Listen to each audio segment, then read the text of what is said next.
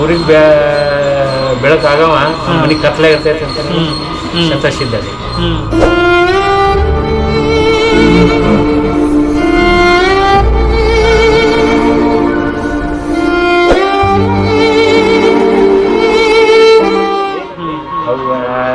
ಜೀವ ಯಾಕಂದ್ರೆ ಅವ್ರಿಗೆ ಗೊತ್ತೈತಿ ವಿಷ್ಣುವರ್ಧನನ್ ಬಿಟ್ರೆ ಇವಿಲ್ಲ. ಹುಚ್ಚ ಸಾಮೂಹಿಕ ಮದುವೆ ಅಂದ್ರೆ ಸಾಮಾನ್ಯ ಅದು ಭಾಳ ದೊಡ್ಡ ಕೆಲಸ ಅದ. ಅಮೌಂಟ್ ಕಳ್ಸಿ ಈಗಾದ್ರೂ ನಾನು ಹೇಳ್ತೀನಿ ಅದನ್ನ ಬೈತಿರ್ತಾರೆ.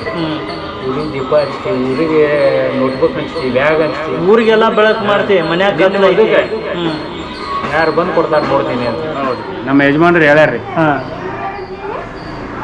ಕನ್ನಡಕ್ಕಾಗಿ ಹೋರಾಟಗಳು ಬೇಕಿಲ್ಲ, ಪ್ರತಿಯೊಬ್ಬರು ಕನ್ನಡ ಮಾತಾಡಿದ್ರೆ ಸಾಕು ಅಂತಂದು ನಾವು ಅದೇ ಒಂದು ವೇದ ವಾಕ್ಯ ಅಂತಂದು ತಿಳ್ಕೊಂಡು ಕನ್ನಡ ಶಾಲಿ ಮಕ್ಕಳಿಗೆ ನಾವು ಏನೋ ಒಂದು ಸಹಾಯ ಮಾಡೋದಿತ್ತಂದ್ರು ನೋಟ್ಬುಕ್ ಆಗಿರ್ಬೋದು, ಸ್ಕೂಲ್ ಬ್ಯಾಗ್ ಆಗಿರ್ಬೋದು, ಅವನು ಕನ್ನಡ ಶಾಲೆ ವಿದ್ಯಾರ್ಥಿಗಳಿಗೆ ಕೊಟ್ಟೆವು. ಸರ್, ನಿಮ್ಮ ಬಗ್ಗೆ ಇನ್ನೊಂದು ಮಾತು ಕೇಳ್ಪಟ್ನೆ, ಈ ಕೈದಿಗಳಿಗೆ ಏನೇನೋ ಸಹಾಯ ಮಾಡಿರಿ ಅಂತಂತ ಕೇಳಿದೆ. ಏನ್ರಿ ಅದ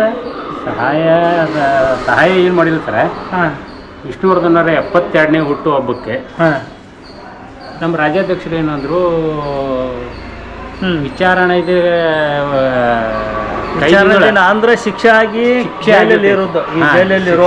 ಶಿಕ್ಷೆ ಆಗಿರ್ತೈತೆ ಅವ್ರಿಗೆ 5 ವರ್ಷ ಶಿಕ್ಷೆ ಆಗಿರ್ತೈತಿ. ಒಂದು 20,000 ರೂಪಾಯಿ, 10,000 ರೂಪಾಯಿ, 8,000 ರೂಪಾಯಿ ಬಿಡುಗಡೆ ಆಗೋ ಕಾಲಕ್ಕೆ ದಂಡ ತುಂಬಿದ್ರೆ ಅವ್ರಿಗೆ ಬಿಡುಗಡೆ ಇಲ್ಲಾಂದ್ರೆ ಮತ್ತೆ ಅದನ್ನ ಅದೇ ಶಿಕ್ಷೆಯನ್ನ ಇನ್ನೂ 1 ವರ್ಷ 2 ವರ್ಷ ಹಿಂಗೆ ಬೆಳೆಸೋದಂತ ಇರ್ತೈತಿ. ಅದು ನಮ್ಮ ರಾಜ್ಯಾಧ್ಯಕ್ಷರು ಹೇಳಿದ್ರು, ಹಿರೇಮಠ ಈ ಥರ ಮಾಡ್ಬೋದಾ 72ನೇ ಹುಟ್ಟುಹಬ್ಬಕ್ಕೆ. ಖಂಡಿತವಾಗಿ ಸರ. ಅವಾಗ ಅದನ್ನ ಹೆಂಗೆ ಮಾಡ್ಬೇಕು, ನಾವರ ಅನಕ್ಷರಸ್ಥರು ಏನು ಮಾಡ್ಬೇಕು ಅಂತ ಅಂದಾಗ ಕೇಂದ್ರ ಕಾರಾಗೃಹಕ್ಕೆ ಹೋಗ್ಬೇಕು. ಕೇಂದ್ರ ಕಾರಾಗೃಹ ಬಂದು ಇಲ್ಲೇ ನಾವು ಸಬ್ಜೆಲ್ಗೆ ಹೋದ್ವಿ. ಸಬ್ಜೆಲ್ದಾಗ ಇದು ನಮ್ಮ ವ್ಯಾಪ್ತಿಗೆ ಬರೋದಿಲ್ಲ, ಧಾರವಾಡಕ್ಕೆ ಬರ್ತೈತೆ. ಧಾರವಾಡಕ್ಕೆ ಹೋದ್ವಿ. ಅಲ್ಲಿ ಹೋಗಿ ನಮ್ಮ ವಿಚಾರಗಳನ್ನು ತಿಳಿಸಿದ್ವಿ. ಅಲ್ಲಿ ಜೈಲು ಸೂಪ್ರಿಂಟೆಂಡೆಂಟ್ ಮರಿಗೌಡ್ರ ಸಾಹೇಬ್ರು ಅಂತಂದಿದ್ರು. ಮರಿಗೌಡ್ರು ಅಂತ ಅವರು ವಿಷ್ಣುವರ್ಧನ್ ಅಭಿಮಾನಿಗಳು ಜೈಲು ಹಕ್ಕಿಗಳನ್ನ ಜೈಲದಾಗ ಇದ್ದಾರನ್ನ ಬಿಡಿಸ್ತೀರಿ ನೀವು ಅಂತಂದ್ರೆ, ಸರ ನಮ್ಮ ರಾಜ್ಯಾಧ್ಯಕ್ಷರು ಈ ಥರ ಹಿಂಗೆ ಒಂದು ಯೋಜನೆ ಹಾಕೊಂಡ್ರ ಅಂತ. ಅವರು ಭಾಳ ಇದು ಅಂದ್ರಿ. ಒಬ್ಬ ಚಿತ್ರನಟನ ಅಭಿಮಾನಿಗಳು ಹುಚ್ಚುಚ್ಚರಂಗೆ ಕುಣದಾಡೋದು ಮಾಡೋದು ನೋಡೀವಿ. ನೀವೇನು ಜೈಲ್ ಹಾಕಿನ ಬಿಡೋದು ಮಾಡ್ತಿದ್ದ ಅಷ್ಟು ಸರಳ ಇಲ್ಲಿದೆ, ಅದಕ್ಕೆಲ್ಲ ದುಡ್ಡು ಗಿಡ್ಡು ಸಾಕಷ್ಟು ಬೇಕಾಕೈತಿ ಅಂತಂದು. ಇಲ್ಲ ಸರ, ಹಿಂಗೆಲ್ಲ ಇದು ಕೈಲಾದಷ್ಟು ಮಾಡ್ತೀವಿ, ನಮ್ಮ ಕೈಲಾದಷ್ಟು ಮಾಡ್ತೀವಿ ಅಂತ. ಅವಾಗೆಲ್ಲ ಟೋಟಲ್ ಆಗಿ ಒಂದು 36 ಜನದ ಲಿಸ್ಟ್ ಕೊಟ್ರಿ ಸರ್. 36 ಲಿಸ್ಟ್ ಕೊಟ್ಟಾಗ ನಾನು ಹೇಳಿದೆ, ಸರ್ ಇದರೊಳಗೆ ಸನ್ನಡತೆ ಅಂತಂದ್ರೆ ಒಳ್ಳೆಯವರಾಗಿ ಇರುವಂತೆ ಬಯಸುವರು. ಅಂದ್ರೆ ನಾವು ಹೊರಗೆ ಹೋಗಿ ಫ್ಯಾಮಿಲಿ ಜೊತೆಗೆ ಒಂದು ಸಾತ್ವಿಕ ಮನುಷ್ಯ ಆಗಿ ಬದುಕ್ತೀನಿ ಅನ್ನುವಂಥವ್ರು. ನಮಗೆ ಜೈಲದೊಳಗೂ ಅವ್ರಿಗೆ ಒಂದು ಪಶ್ಚಾತ್ತಾಪ ಇರ್ಬೇಕು, ನಾನು ಎದಕ್ಕೆ ತಪ್ಪು ಮಾಡಿದೆ, ಒಳ್ಳೆ ನಡತೆ ಇರ್ಬೇಕು ಜೈಲದೊಳಗೆ ಅಂತಾರ್ದು ಒಂದು 20 ಜನ ಎಷ್ಟೋ ಜನದ ಲಿಸ್ಟ್ ಕೊಟ್ಟು. ಆಮೇಲೆ ಅದ್ರಾಗ ನಾ ಸ್ವಲ್ಪ ಸೂಸ್ರಿ ಸರ ಅಂತಂದೆ. ಸೂಸ್ರಿ ಅಂದ್ರೆ ಅದ್ರೊಳಗೆ ಆಯ್ಕೆ ಮಾಡ್ಕೊರಿ ಅಂತ, ಯಾರು ಇರ್ಲಿ ಯಾರು ಬೇಡ. ಅವಾಗ ಆ ಕೈದಿಗಳ ನಡತೆ ಬಗ್ಗೆ ಅವ್ರಿಗೆ ಗೊತ್ತಿರುತ್ತೆ. ಅವ್ರಿಗೆ ಗೊತ್ತಿರುತ್ತೆ. ನಾವು ಅದನ್ನ ಹೇಳಿದ್ವಿ, ಆಯ್ಕೆ ಮಾಡ್ತಾರೆ, ಒಳ್ಳೆಯವ್ರನ್ನ ಕೊಡ್ತಾರೆ. ಅವಾಗ ಅವರು ನಾವು ಇಷ್ಟಪಟ್ಟು ಹೇಳಕ್ ಕುಂತೇವೆ ಅಂತ ಅಂದ್ಕೊಳ್ಳಿ, ಅದ್ರಾಗ 17 ಜನದ ಲಿಸ್ಟ್ ಕೊಟ್ಟರು. 17 ಜನ ಇಷ್ಟು ಅಮೌಂಟ್ ಆಗ್ತೈತಿ ಅಂತ. ಅದು 4 6 ಲಕ್ಷ ಮಟ ಆಯ್ತು ಸರ. ನಮ್ದು ಅಷ್ಟು ಕೆಪಾಸಿಟಿ ಇಲ್ಲ ಸರ್. ಅವಾಗ 9 ಜನದ ಕೊಟ್ಟರು. ಆಮೇಲೆ ನಮ್ದು ದುಡ್ಡು ನಾವೆಲ್ಲ ಹೊಂದಾಣಿಕೆ ಮಾಡಿ ನಮ್ಮ ರಾಜ್ಯಾಧ್ಯಕ್ಷರು ದುಡ್ಡು ಕೊಟ್ಟರು. ಅಂದ್ರೆ ಎಷ್ಟು ಆತ್ರಿ? 56,000 ರೂಪಾಯಿ ಆಯ್ತು ಸರ್, ಎಲ್ಲ ಸೇರಿ. ಅಂದ್ರೆ ಒಂದು ಕೈದಿಗೆ ಇಬ್ರು ಕೈದಿಗೆ ಕೂಡಿ 46,000 ರೂಪಾಯಿ. 46,000 ರೂಪಾಯಿ. ಅವಾಗ ವಿಷ್ಣುವರ್ಧನರ 72. ಕೈದಿಗಳು ಕುಟುಂಬಸ್ಥರು ಬಂದು ಅದನ್ನ ಪೇ ಮಾಡಿ ಕರ್ಕೊಂಡು ಹೋಗ್ಬಹುದಾಗಿತ್ತಲ್ಲ, ನೀವ್ಯಾಕೆ ಮಾಡಿದ್ರಿ ಅದನ್ನ? ಇಲ್ಲ, ಅವ್ರಿಗೆ ಒಂದು ಕುಟುಂಬ ಇತ್ತು ನಿಲ್ಲು ಅದು ಗೊತ್ತಿಲ್ಲ. ಅವ್ರು ಅನಾಥರಾಗಿದ್ರು ಅಥವಾ ಕುಟುಂಬದವ್ರು ಅವ್ರನ್ನ ಯಾರನ್ನೂ ಗಣನೆಗೆ ತಗೋತಿದ್ದಿಲ್ಲ ಹೆಂಗ? ಆ ಥರದ್ದು ಒಟ್ಟ ಅವ್ರು ನಮ್ಗೆ ಪೊಲೀಸ್ ಇಲಾಖೆ ಮರಿಗೌಡ ಸಾಹೇಬ್ರು ಅಂದ್ರೆ ಇವ್ರು ಅದ್ರ ಒಂದ್ ಇಬ್ರು ಅದಾರಪ್ಪ, ಭಾಳ ಒಳ್ಳೆಯವ್ರು ಅದಾರ. ಅವ್ರು ಇವ್ರಿಗೆ ಹಿನ್ನೆಲೆ ಅದಾರು ನಿಲ್ಲೋ ಗೊತ್ತಿಲ್ಲ. ಇಂಥ ಒಳ್ಳೆ ಜೀವಗಳಿವ. ಇವು ಇಬ್ರು ಜೈಲಿಂದ ಬಿಡುಗಡೆ ಮಾಡಿದ್ರ ಮಾಡಿದ್ರೆ ನೀವು ಮಾಡೋ ಒಳ್ಳೆ ಕೆಲ್ಸಕ್ಕೆ ಇವ್ ಎರಡು ಜೀವಗಳಿಗೆ ನೀವೊಂದು ಉಪಕಾರ ಮಾಡ್ದಂಗೆ ಆಗ್ತೀವಿ. ಭಾಳ ವರ್ತ್ ಇರುತ್ತ ಅನ್ನುವಂಥದ್ದು. ಅವಾಗ ಸರ್ ತಾವು ಹೆಂಗೆ ಹೇಳ್ತೀರಿ ಹಂಗೆ ಅಂತಂದು ಒಬ್ಬರು ಶೆಲ್ವಡಿದಾರೇನೋ ಇರ್ಬೋದು ಮೋಸ್ಟ್ಲಿ ಅವರು. ಆಮೇಲೆ ಒಬ್ಬರು ಹುಬ್ಬಳ್ಳಿ, ಇವರಿಬ್ಬರನ್ನು ನಾವು ಸಿಲೆಕ್ಷನ್ ಮಾಡಿದ್ವಿ. ಸರ್ಕಾರದ ಕೋರ್ಟಿಗೆ ಹೋಗಿ ದಂಡ ತುಂಬಿ ಅವ್ರನ್ನು ಪಾರು ಮಾಡಿ ಅವ್ರನ್ನು ಬಿಡುಗಡೆ ಮಾಡಿದ್ವಿ. ಸರ್, ಈ ಕೊರೋನಾ ಕಾಲದಾಗ ನೀವು ಒಂದಿಷ್ಟು ನಿಮ್ಮ ಸಮಿತಿಯಿಂದ ಫುಡ್ ಕಿಟ್ ವಿತರಣೆ ಮಾಡಿದ್ರಿ. ಅವಾಗ ಎಲ್ಲ ಬಿಸ್ನೆಸ್ ಬಂದು ಅಂತೆಂಥ ದೊಡ್ಡ ಬಿಸ್ನೆಸ್ ಮ್ಯಾನ್ ಇದ್ದರೂ ಒಂದು 100 ರೂಪಾಯಿ ಅನ್ಸೋದು ಕಷ್ಟ ಆಗಿತ್ತು. ಅಂಥ ದುರುಳ ಕಾಲದಾಗ ನೀವು ನಿಮ್ಮ ಉದ್ಯೋಗ ಬಿಟ್ಕೊಂಡು ಸಮಾಜಕ್ಕೆ ಏನಾರ ಮಾಡಬೇಕಪ್ಪ ನಾನು ಅಂದ್ಕೊಂಡು ಫುಡ್ ಕಿಟ್ ವಿತರಣೆ ಮಾಡಿದ್ರಿ. ಅವಾಗೆಲ್ಲ ರೊಕ್ಕದ ಎಲ್ಲ ಹೆಂಗೆ ಅಡ್ಜಸ್ಟ್ ಮಾಡಿದ್ರಿ ಅಂತ? ಸರ, ವೈಯಕ್ತಿಕವಾಗಿ ಮೃತ್ಯುಂಜಯ ಹಿರೇಮಠನಾಗ ನನ್ನ ಮನೆಗೆ ಏನೋ ಸಹಾಯ ಕೇಳಿದ್ರೆ ಯಾರಾದರೂ ಸ್ವಲ್ಪ ಹಿಂದೆ ನೋಡ್ತಾರೆ. ಆದ್ರೆ ನನ್ನ ಚಾಲಕರಿಗೆ ಭಾಳ ಕಷ್ಟ ಐತಿ, ಉಪವಾಸ ಅದಾರ ಅಂತಂದು ನಮ್ಮ ಮಾಜಿ ಕಾರ್ಪೊರೇಟರ್ ಶಿವನಗೌಡ ಹೊಸಮನಿ ಅವರು, ಆಮೇಲೆ ನಮ್ಮ ಓಣಿ ರಾಜಣ್ಣ ಗುಳಿಗೆಯವರು ಅಂತಾರಾಗಿರ್ಬೋದು, ಪ್ರಕಾಶ್ ಬೆಂಡಿಗೇರಿ ಅಂತಾರಾಗಿರ್ಬೋದು, ಇನ್ನೂ ಕೆಲವೊಬ್ಬರು ಮನೆಯವರಿಗೆ ಹೋಗಿ ನಾನು ಭೇಟಿ ಆದೆ. ನಮ್ಮ ರಿಚಾರ್ಡ್ ಅವ್ರ ಪರಿಸ್ಥಿತಿ ಭಾಳ ಗಂಭೀರ ಐತಿ, ಏನಾದರೂ ಒಂದು ಸಹಾಯ ಮಾಡಿ. ಸಂತೋಷ್ ಆರ್ ಶೆಟ್ಟಿ ಅಂತ ಅವರು ಅಂಥವ್ರಿಗೆ 4 ಮಂದಿಗೆ ಹೋಗಿ ಸಂಪರ್ಕ ಮಾಡಿದ್ವಿ. ಅವಾಗ ಅವ್ರ ಏನು ಮರ ನೀನು ಇಂಥ ಮಾತು ಹೇಳಕ್ಕಂತೀಯಲ್ಲ, ನಾವೊಂದು ಪಾಕೆಟ್ ಇದು ಕೊಡ್ತೀನಿ ತೊಗರಿಬೇಳೆ ಅಂತ, ಒಬ್ರಿಗೆ 2 ಪಾಕೆಟ್ ಅಕ್ಕಿ ಕೊಡ್ತೀನಿ. ಇನ್ನು ಕೆಲವೊಬ್ರು ನಮ್ಮ ಸೇನಾನಿಗಳು ಅದರೊಳಗೆ, ನಾನು ಒಬ್ಬ MTR ಅದ್ರೊಳಗೆ ಕೆಲಸ ಮಾಡ್ತಿದ್ರಿ. ನಾನು ಮಸಾಲೆ ಪಾಕೆಟ್ ಸಿಗ್ತಾವ ನನ್ನ ಕಡೆ, ನಾ ಮಸಾಲೆ ಪಾಕೆಟ್ ತುಪ್ಪದ ಪಾಕೆಟ್ ಸಿಗ್ತಾವ. ಹಂಗ ಎಲ್ಲ ಇಂಡಿಗ್ರೀಡಿಯೆಂಟ್ಸ್ ನೀವು ಒಂದೊಂದಾಗಿ ಕಲೆಕ್ಟ್ ಮಾಡಿ ಅದನ್ನೊಂದು ಬ್ಯಾಗ್ ಅಂತಂದು ಮಾಡಿಕೊಂಡು 19 ಐಟಮ್ಗಳನ್ನು ಸೇರಿಸಿ ಒಂದು ಬ್ಯಾಗ್ ಅಂತ ಮಾಡಿಕೊಂಡು ನಾವು ನಮ್ಮ 1ನೇ ಹಂತದೊಳಗೆ ನಮ್ಮ ರಿಕ್ಷಾ ಡ್ರೈವರ್ಗಳಿಗೆ ಕಿಟ್ ಕೊಟ್ಟರು. ನಿಮ್ಮ ರಿಕ್ಷಾ ಡ್ರೈವರ್ಗಳಿಗೆ. ಹೌದು. ಆ ನಂತರ 2ನೇ ಭಾಗದೊಳಗೆ ನಮ್ಮ ಗುಡಿ ಒಳಗೆ ಎಲ್ಲರೂ ಈಗ ನಮ್ಮ ರಿಕ್ಷಾ ಡ್ರೈವರ್ ಕೊಟ್ಟು ನಮ್ಮ ಗುಡಿಯ ಹೆಣ್ಮಕ್ಳು ಏನಂದ್ರೆ, ಅಲ್ಲಪ್ಪ ಮುತ್ತು ನಿನ್ನ ಕಾರ್ಯಕ್ರಮ ಇದ್ದಾಗ ನಾವು ಎಲ್ಲಿ ಕಾರ್ಯಕ್ರಮ ಇಟ್ಟು ಎಲ್ಲಿ ಬರ್ತೀವಿ, ನಿಮ್ಮ ರಿಕ್ಷಾ ಡ್ರೈವರ ನೆನಪು ಅಂತ ನಾವು ಓಣ್ಯಾನಾರು ನೆನಪು ಕೊಡೋದಿಲ್ಲ ಕೇಳಿದೆ. ಅವಾಗ 2ನೇ ಭಾಗದಾಗಿದೆ ಕರೋನಾ 1ನೇದ್ದು 2ನೇ ಅಲೆ ಆಗ. ಅವಾಗ 2ನೇ ಅಲೆದೊಳಗೆ ಆಮೇಲೆ ಅವತ್ತಿನ ದಿವಸ ನಮ್ಮ ವಿಷ್ಣುವರ್ಧನ್ ಅಭಿಮಾನಿಗಳು ಅವರು ಭಾಳ ಕಷ್ಟ ಇದ್ರು. ಅದಕ್ಕೆ ಒಂದು 50 ಜನ ವಿಷ್ಣುವರ್ಧನ್ ಅಭಿಮಾನಿಗಳಿಗೆ, ಆಮೇಲೆ ಇಲ್ಲಿ ಇರುವಂತ ಮನೆಯವ್ರಿಗೆ ಒಂದೊಂದು ಕಿಟ್ ಅಂತಂದು ಕೊಟ್ಟಿವಿ. ನಾ ಎಲ್ಲಾರ ಕಡೆದಾಗ ಎಲ್ಲರಿಗೂ ಕೈ ಕಾಲು ಹಿಡಿದು ಏನೋ ಒಂದು ವಸ್ತು ರೂಪದಾಗ ಕೊಡ್ರಿಪ್ಪ ಅಂತಂದು ಹೇಳಿದ ಮೇಲೆ ಎಲ್ಲರೂ ಒಂದೊಂದು ಇದನ್ನ ಐಟಮ್ ಕೊಡ್ತೀನಿ, ಇದನ್ನ ಐಟಮ್ ಕೊಡ್ತೀನಿ, ಅದನ್ನು ಕೂಡಿಸ್ಕೊಂಡು ಸೇನಾ ಸಮಿತಿ ಅಂತ ನಾವು ಸಹಾಯ ಮಾಡ್ತೀವಿ. ಸರ್, ನೀವೀಗ ಜಿಲ್ಲಾಧ್ಯಕ್ಷರಾದ ಮೇಲೆ ಇಷ್ಟೆಲ್ಲ ಕೆಲಸ ಮಾಡ್ಕೋತ ಬಂದ್ರಿ. ಆಮೇಲೆ ಈ ನಡುವೆ ಸಾಮೂಹಿಕ ಮದುವೆ ಮಾಡಿದ್ರಿ, ಮತ್ತು ಇನ್ನೊಂದೇನಂತಂದ್ರೆ ಒಂದು ಅವ್ವ ಅಂತೇಳಿ ಪುಸ್ತಕ ಮಾಡಿದ್ರಿ. ಇದ್ರದ್ದೆಲ್ಲ ಹೆಂಗೆ ಈಡೇರ್ತಂತಂದ್ರೆ ಈ ಕೆಲಸ ಮಾಡ್ಬೇಕಂದಾಗ ಇದನ್ನೆಲ್ಲ ಹೆಂಗೆ ಮಾಡ್ಬೇಕಂತ ಅನಿಸ್ತದೆ ನಿಮಗೆ? ಇದಕ್ಕೆ ನಮ್ಮ ವಿಷ್ಣುವರ್ಧನ್ ಅಭಿಮಾನಿಗಳಲ್ರಿ, ಒಬ್ಬ ಅಭಿಮಾನಿ ವಯಸ್ಸಾಗಿದ್ವು ಅವ್ನು ಮದುವೆ ಮಾಡಬೇಕು ಅಂತಂದ್ರೆ ಪಾಪ ಅವ್ರಿಗೆ ಭಾಳ ಅನಾನುಕೂಲ ಐತ್ರಿ. ಅವ ಆಗ್ಲೆಲ್ಲ ಹೇಳ್ತಿದ್ದಾರೆ, ಅಪ್ಪಾರು ವಯಸ್ಸಾಗೈತೆ ಮದುವೆ ಮಾಡ್ಕೊ ಅನ್ನಕುಂತಾರ. ಸಾಮೂಹಿಕ ಮದುವೆ ಎಲ್ಲಿ ಎಲ್ಲಿ ಈಗ ಮೊದಲಿನಂಗೆ ಮಾಡವಲ್ರಿ ಅಲ್ರಿ. ನಾನು ಹುಬ್ಬಳ್ಳಿಯಾಗ ಅಲ್ಲಿ ಮಾಡಾಕುಂತಾರ ನೋಡು, ಗೋಕುಲ್ ರೋಡ್ದಾಗ ಮಾಡಾಕುಂತಾರ ನೋಡು ಅಂತಂದ 4 ಸಲ ಹೇಳಿದ್ದೆ. ಅಂದ್ರೆ ಈಗ ನಮ್ಮ ಸೇನಾನಿ ಅವನಿಗೆ ಮದುವೆ ಆಗ್ಬೇಕು ಅಂತಂದ, ಅವಾಗ ಅಲ್ಲಿ ಗೋಕುಲ್ ರೋಡ್ದಾಗ ಮದುವೆ ಮಾಡಾಕೊಂತಾರ ನೋಡು ಅಂತಂದು ಹೇಳಿ, ಅವಾಗ ಅವ್ರಿಂದ ಸಾಮೂಹಿಕ ಮದುವೆ ಅಲ್ಲಿ ಗೋಕುಲ್ ರೋಡ್ದಾಗ ನಾವು ಮಾಡಿಸಿದ್ರಿ. ಅದು ಆಯ್ತು. ಅವಾಗ ಆದಾಗ ನಾವು ಸಮಿತಿ ಇದ್ರೆ ಸಾಮೂಹಿಕ ಮದುವೆ ಮಾಡ್ಬೋದೇನೋ ಅಂತ ನಿಮ್ಮ ತಲೆ ಒಳಗೆ ಆ ವಿಚಾರ ಬಂತವಾಗ ಸಾಮೂಹಿಕ ಮದುವೆ ಮಾಡ್ಬೋದನ ಅಂತ ಮಾಡ್ಬೋದನ ಅಂತ ಅಂದಾಗ ನಮ್ಮ ವೀರಯ್ಯ ಸ್ವಾಮಿ ಹಿರೇಮಠ ಅಂತಂದ್ರೆ ನಮ್ಮ ಸ್ವಾಮಿಗಳು ಅವ್ರಿಗೆ ಕೇಳಿದೆ ಹುಚ್ಚ ಸಾಮೂಹಿಕ ಮದುವೆ ಅಂದ್ರೆ ನನ್ನ ಸಾಮಾನ್ಯ ಅದು ಭಾಳ ದೊಡ್ಡ ಕೆಲಸ ಅದ ಅದು ಆಗ್ಲಾರ್ದದ್ದ ಯಾಕಂದ್ರೆ ಬಂದ ಮಂದಿಗೆ ಊಟಕ್ಕೆ ಹಾಕ್ಬೇಕು, ಬಂಗಾರದ ತಾಳಿ, ಕಾಲುಂಗ್ರ, ಚೈನು ಇಂಥದ್ದೆಲ್ಲ ನಾವು ಕನಿಷ್ಠ ಅಂದ್ರೂ ಅಷ್ಟು ಕೊಡಬೇಕು, ಅದಕ್ಕೆ ಮದ್ವೆ ಅಂತಾರ. ಈಗ ಅವಾಗ ಅಂದ್ರೆ ಎಷ್ಟು ಮಂದಿ ಟೀಮ್ ಐತಿ ನಿಮ್ದು ಅಂತ ಸರ 45 ಮಂದಿ ಟೀಮ್ ಐತಿ ನಮ್ದು. ಅದ್ರ ನಮ್ದು ಕಾರ್ಯಕ್ರಮ ಅಂತಂದ್ರೆ ಒಂದು 20 ಮಂದಿ ಬಂದು ನಿಲ್ತಾರ. ಒಂದು ಓಣಿ ನಿಲ್ಬೇಕು ಅದಕ್ಕೆ ಸಾಮೂಹಿಕ ಮದುವೆ ಅಂತಂದ್ರೆ 20 ಮಂದಿನ ತೊಗೊಂಡು ಏನ್ ಮಾಡೋ ಅಂತ 20 ಮಂದಿ ಓಣ್ಯಾನೂರ ಜೊತೆ ಆಗ್ಬೋದ, ಅದಕ್ಕೆ ಖರ್ಚು ವೆಚ್ಚ ಭಾಳ ಬರ್ತೈತಿ. ಅವಾಗ ಹಂಗ ಒಂದು ಏನೇನು ಬರ್ತೈತೆ ಅಣ್ಣಾರ ಸಾಂಗ್ಗಳಿಗೆ ಹೇಳ್ರಿ ಅಂತ ಹಿಂಗೆ ಅಂತಂದು ಹೇಳಿದ್ರು. ಅದನ್ನು ತಲೆಯಾಗಿ ಇಟ್ಕೊಂಡ್ವಿ. ನಮ್ಮ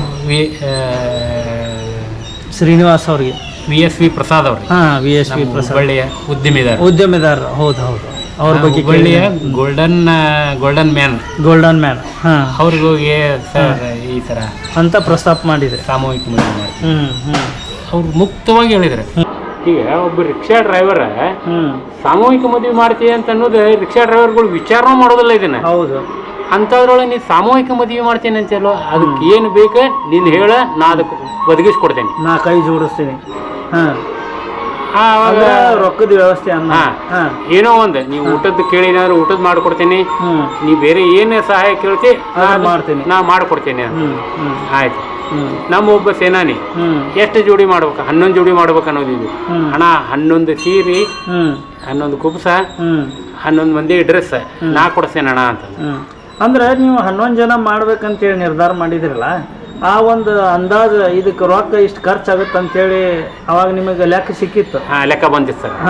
ಲೆಕ್ಕ ಬಂದಿತ್ತು. ಅಷ್ಟು ಹಣ ನೀವು ಕೊಡುವಂಥ ದಾನಿಗಳಿಂದ ಇಸ್ಕೊಂಡು ಮಾಡ್ಬೇಕು ಅನ್ನುವಂಥದ್ದು ಸರ್. ದಾನಿಗಳು ಕಡಿಂದ ದುಡ್ಡು ಇಸ್ಕೊಲಿಲ್ಲ ರೀ. ಒಬ್ಬೊಬ್ರಿಗೆ ಒಂದೊಂದು ಜವಾಬ್ದಾರಿ ಕೊಟ್ಟಿರಿ. ಈಗ 11 ಮದುವೆ ಮಾಡ್ಬೇಕಂತ ಅನ್ನೋದು ಬಂದು ನಾವು ನಿರ್ಣಯ ಮಾಡಿದ್ರಿ. ಆಮೇಲೆ ಒಬ್ಬೊಬ್ರಿಗೆ ಒಂದೊಂದು ಕೆಲಸ ವಹಿಸ್ಕೊಟ್ರಿ.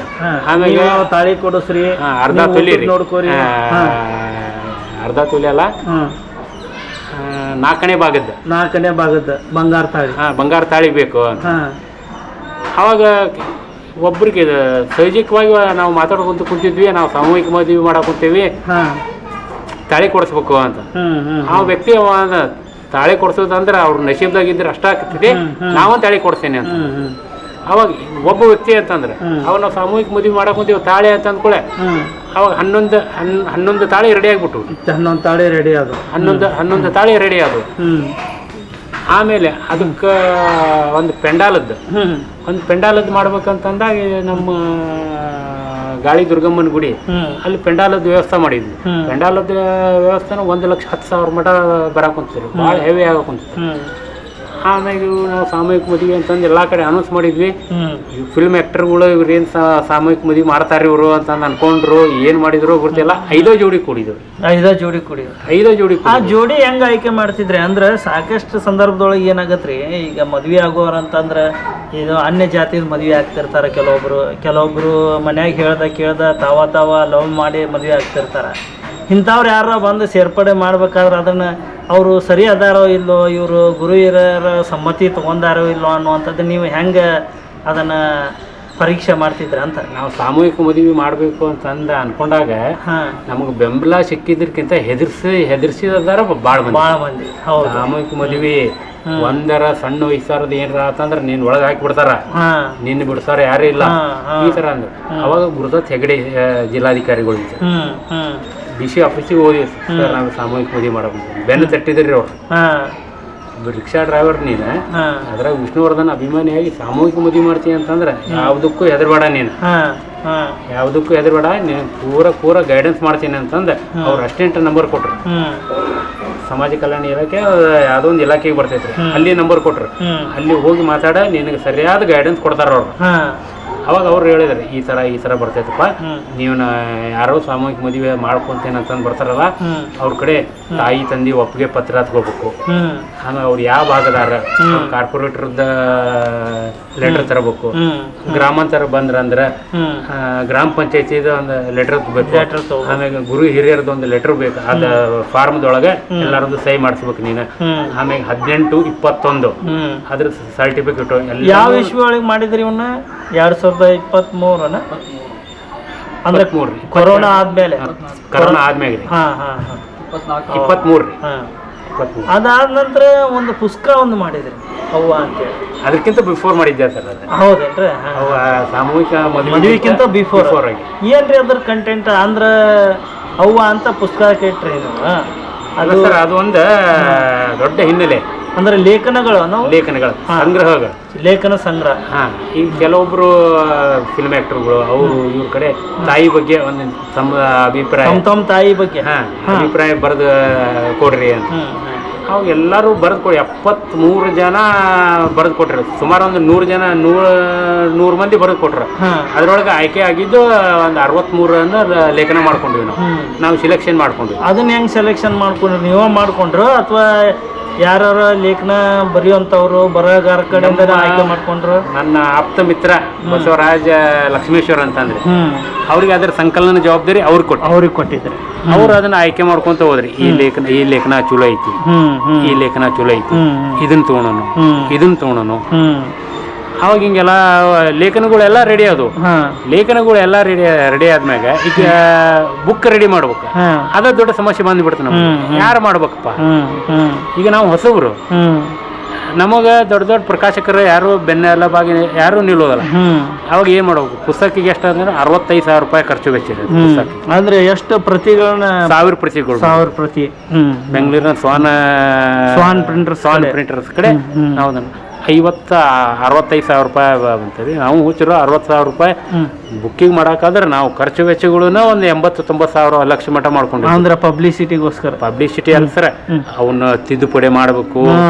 ಏನು ಗುರ್ತನೇ ಗೊತ್ತಿರ್ಲಿಲ್ಲ. ಅದು 1 ಲಕ್ಷ ಮಟ್ಟ ನಮ್ದು ಹೆಚ್ಚು ಕಮ್ಮಿ ಅದು ಖರ್ಚು. ಆಮೇಲೆ ಕೆಲವೊಬ್ಬರಿಗೆ ಸಹಜಿಕವಾಗಿ ಒಂದು ಪುಸ್ತಕ ಮಾಡಾಕೊಂತೀವಿ ಅವ್ವ ಅಂತ ಅಂದ್ಕೊಳ್ಳಿ. ಅಷ್ಟು ಅನ್ಕೊಡದ ನಾವು ಮಾಡುವ ಸಮಾಜಮುಖಿ ಕಾರ್ಯಗಳ ಮುಖಾಂತರ ನಮ್ಮನ್ನು ಸಮಾಜ ಗುರುತು ಹಿಡಿದಿತ್ತು. ಸಮಾಜ ನಮ್ಮನ್ನು ಗುರುತು ಹಿಡಿದಿತ್ತು. ಈಗ ಒಂದು ಪುಸ್ತಕ ಮಾಡಾಕೊಂತೀವಿ ಅಂತ ಅಂದ್ಕೊಳ್ಳೆ, ನಾ ನಿಮ್ಮ ಜೊತೆ ಬರ್ತೀನಿ, ಹಿಂಗೆಲ್ಲ ಸಹಾಯ ಮಾಡಿದ್ರು. ಸಹಾಯ ಮಾಡಿ ಹೊರಗೆ ತಂದು ಆ ಸಮಯದಲ್ಲಿ ನಮ್ಮ US ವಿ ಪ್ರಸಾದ್ ಅವಾಗೂ ಕೈ ಹಿಡಿದ್ರು.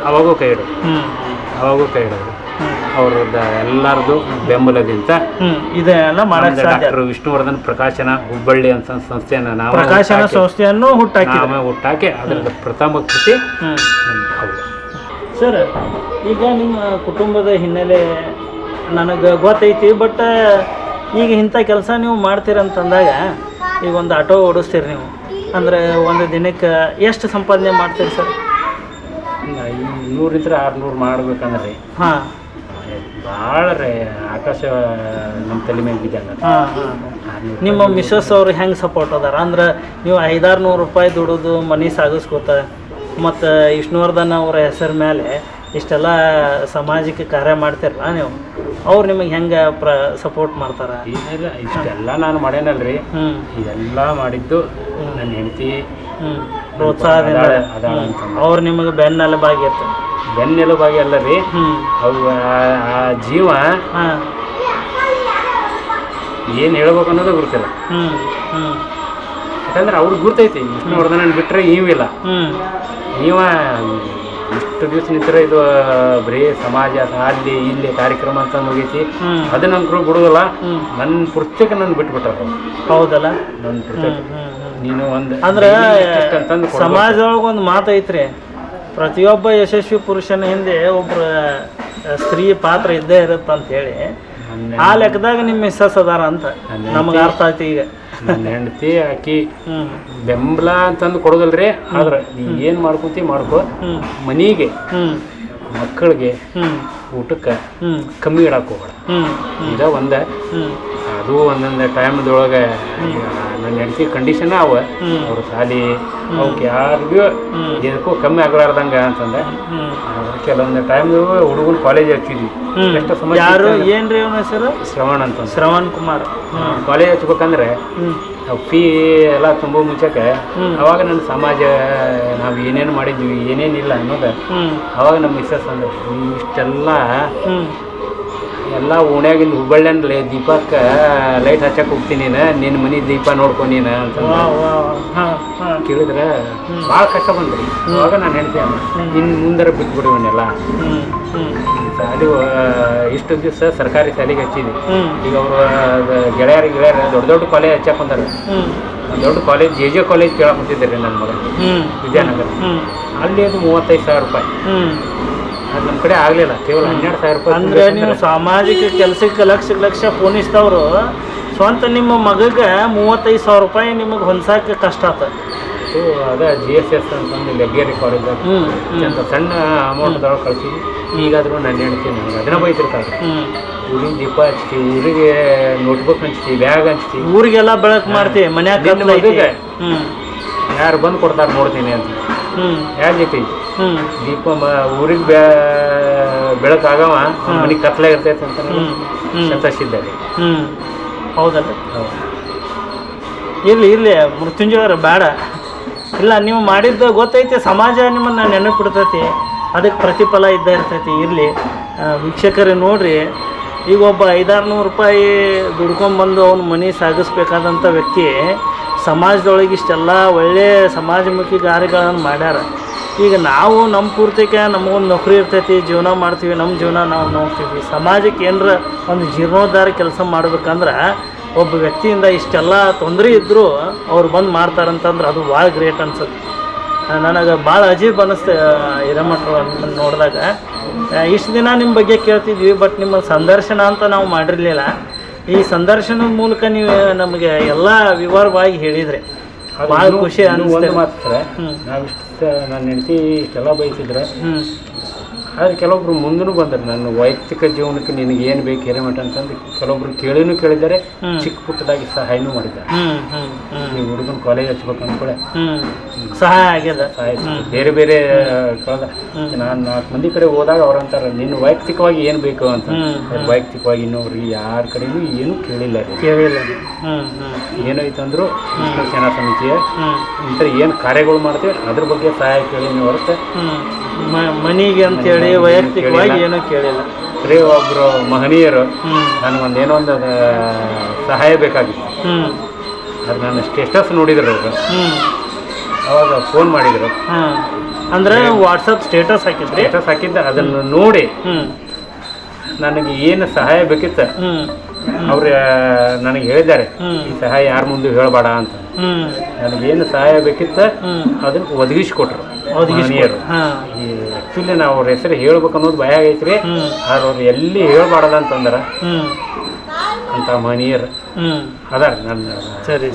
ಜೊತೆಯಾಗಿ ಹಿರೇಮಠರು ಈಗ ಕೊನೆಯದಾಗಿ ನೀವು ಇಷ್ಟೆಲ್ಲ ಮಾಡಿರಲ್ಲ ಇಷ್ಟೆಲ್ಲ ನಿಮ್ಮ ಜೊತೆಗೆ ಬೆನ್ನು ತಟ್ಟಿದವ್ರು ಆಗಿರ್ಬೋದು ನಿಮ್ಮ ಜೊತೆಗೆ ನಿಂತು ಕೆಲಸ ಮಾಡಿದವ್ರು ಆಗಿರ್ಬೋದು ನಿಮಗೆ ಆರ್ಥಿಕವಾಗಿ ಸಹಾಯ ಮಾಡಿದವ್ರು ಇರ್ಬೋದು ಏನೋ ಒಂದು ಸಹಾಯ ಮಾಡಿರ್ತಾರಲ್ಲ ಅಂಥವ್ರದ್ದು ಎಲ್ಲರನ್ನೂ ಹೆಸರು ನೀವು ಇಲ್ಲಿ ಪ್ರಸ್ತಾಪ ಮಾಡೋದಾದ್ರೆ ಅವ್ರು ಯಾರ್ಯಾರು ಅನ್ನುವಂಥದ್ದನ್ನು ನಮ್ಮ ಚಾನಲ್ ಮೂಲಕ ಹೇಳ್ಬೇಕು ನೀವು ಸರ್ ಪ್ರಥಮವಾಗಿ ನಮ್ಮ ವಿಷ್ಣು ಸೇನಾ ಸಮಿತಿಯ ರಾಜ್ಯಾಧ್ಯಕ್ಷರು ಶ್ರೀನಿವಾಸ್ ವೀರಪುತ್ರ ಶ್ರೀನಿವಾಸ್ ಅವರು ಆಮೇಲೆ ನಮ್ಮ ಸಂತೋಷ್ ಆರ್ ಶೆಟ್ಟಿ ಅವರು ಆಮೇಲೆ ನಮ್ಮ RM ಗೂಗೇರಿ ಅವರು ಆಮೇಲೆ ನಮ್ಮ ಮಾಜಿ ಕಾರ್ಪೊರೇಟರ್ ಆದಂಥ ಶಿವನಗೌಡ ಹೊಸಮನಿ ಅವರಾಗಿರ್ಬೋದು ನಮ್ಮ VSP ಪ್ರಸಾದ್ ಅವರಾಗಿರ್ಬೋದು ಆಮೇಲೆ ನಮ್ಮ ದೀಪಕ್ ಶೆಟ್ರು ದುರ್ಗಾ ಹೋಟೆಲ್ ಹಳೆ ಹುಬ್ಬಳ್ಳಿ ದುರ್ಗಾ ಹೋಟೆಲ್ ನಮ್ಮ ದೀಪಕ್ ಶೆಟ್ರು ಆಮೇಲೆ ನಮ್ಮ ಪಂಜುರ್ಲಿ ರಾಜೇಂದ್ರ ಶೆಟ್ರು ಒಬ್ಬರು ಇಬ್ಬರು ಸುಮಾರು 8 ವರ್ಷ ನಿಂತರ ಸರ ನೆನಪು ಆಗೋದಲ್ಲ ಆಮೇಲೆ ಇವೆಲ್ಲ ಪ್ರೆಸ್ ರಿಪೋರ್ಟರ್ ಸರ್ ಮಾಧ್ಯಮ ಮಿತ್ರ ಒಬ್ಬ ರಿಕ್ಷಾ ಡ್ರೈವರ್ ಏನೋ ಒಂದು ಕಾರ್ಯಕ್ರಮ ಮಾಡ್ತಾರೆ ಅದಕ್ಕೊಂದು ಹೈಪ್ ಕೊಟ್ರು ನಾನು ಅವ್ರ ಪತ್ರಿಕೆಯಲ್ಲಿ ಒಂದು ಈಗ ನಮ್ಮ ಓಣಿಯಲ್ಲೇ ಸಾಮೂಹಿಕ ಮದುವೆ ಪ್ರತಿ ವರ್ಷ ಮಾಡ್ತಿದ್ರು ಅದು ಪೇಪರ್ದಾಗೆ ಕೆಲವೊಂದು ಪೇಪರ್ದಾಗ ಬರ್ತಿತ್ತು ಬರ್ತಿರ್ತಾರೆ ಹಿರೇಮಠ ಒಂದು ಸಣ್ಣದೊಂದು ಏನೋ ಒಂದು ಮಾಡಿದಂದ್ರು ಪೇಪರ್ದಾಗ ನನ್ನ ಮೇಲಿನ ಪ್ರೀತಿಗೆ ಒಬ್ಬ ರಿಕ್ಷಾ ಡ್ರೈವರ್ ಏನೋ ಒಂದು ಮಾಡ್ತಿದ್ದಾನೆ ಅಂತಂದ್ರೆ ಅವರು ಪತ್ರಿಕೆಯಲ್ಲಿ ಪ್ರಕಟ ಪತ್ರಿಕೆ ನಾನು ಇಷ್ಟ ಅಂದ್ರೆ ಈ ಸಂದರ್ಭದೊಳಗೆ ಇವ್ರನ್ನೆಲ್ಲ ನೀವು ನೆನೆಯಕ್ಕೆ ಇಷ್ಟಪಡ್ತೀವಿ. ದೇವ್ರ ಸಂಬಂಧ ಸರ್, ನಮ್ಮ ಗೋಲಿ ಸೋಡಾ ಕನ್ನಡ ಯೂಟ್ಯೂಬ್ ಚಾನಲ್ಗೆ ನೀವು ಇಷ್ಟೊತ್ತನ ಸಹನೆಯಿಂದ ಕೂತು ಸಂದರ್ಶನ ಕೊಟ್ರಿ, ಅದನ್ನು ನಾವು ಭಾಳ ಖುಷಿ ಕೊಡುತ್ತೆ. ಈಗ ನಿಮಗೆ ಒಂದು ಮಾತನ್ನು ಏನು ಹೇಳ್ಬೇಕಂತಂದ್ರೆ, ನೀವು ಸಮಾಜಕ್ಕೆ ಎಷ್ಟು ಮಾಡಿರಲ್ಲ ಅಷ್ಟೇ ಕೆಲಸನೂ ಮನೆ ಬಗ್ಗೆ ವಿಚಾರ ಮಾಡೋದಾಗಲಿ, ಮನೆಗೆ ಏನಾದರೂ ಮಾಡೋದಾಗಲಿ ಅದ್ರ ಕಡೆನೂ ಲಕ್ಷ್ಯ ಕೊಡ್ರಿ. ಅದ್ರ ಜೊತೆಗೆ ಸಮಾಜಮುಖಿ ಕಾರ್ಯಗಳು ಇನ್ನಷ್ಟು ಮಾಡಿರಿ, ಮಾಡುವಂಥ ಶಕ್ತಿ ಆ ದೇವ್ರು ಕೊಡಲಿ. ನೀವು ಇನ್ನಷ್ಟು ಎತ್ತರಕ್ಕೆ ಬೆಳಿಬೇಕಂಥೇಳಿ ನಮ್ಮ ಚಾನಲ್ ವತಿಯಿಂದ ನಿಮಗೆ ಹಾರೈಸ್ತೀವಿ. ನಾವು ಒಬ್ಬ ಸಾಮಾನ್ಯರನ್ನು ಹುಡುಕಿಕೊಂಡು ನೀವು ಇಲ್ಲಿ ಬಂದಂಥ ಗೋಲಿ ಸೋಡಾ ಯೂಟ್ಯೂಬ್ ಚಾನಲ್ಗೆ ಸಮಸ್ತ ವಿಷ್ಣುವರ್ಧನ್ ಅಭಿಮಾನಿಗಳ ವತಿಯಿಂದ ವೈಯಕ್ತಿಕ ಮೃತ್ಯುಂಜಯ ಹಿರೇಮಠರವರಿಂದ ತುಂಬು ಹೃದಯದ ಧನ್ಯವಾದಗಳು. ನಿಮ್ಮ ಯೂಟ್ಯೂಬ್ ಚಾನಲ್ ಆಕಾಶದ ಉತ್ತುಂಗಕ್ಕೆ ಬೆಳೆಯಲಿ ಅಂತಂದು ನಾವು ಪ್ರೀತಿಯಿಂದ ಹಾರೈಸ್ತೀವಿ.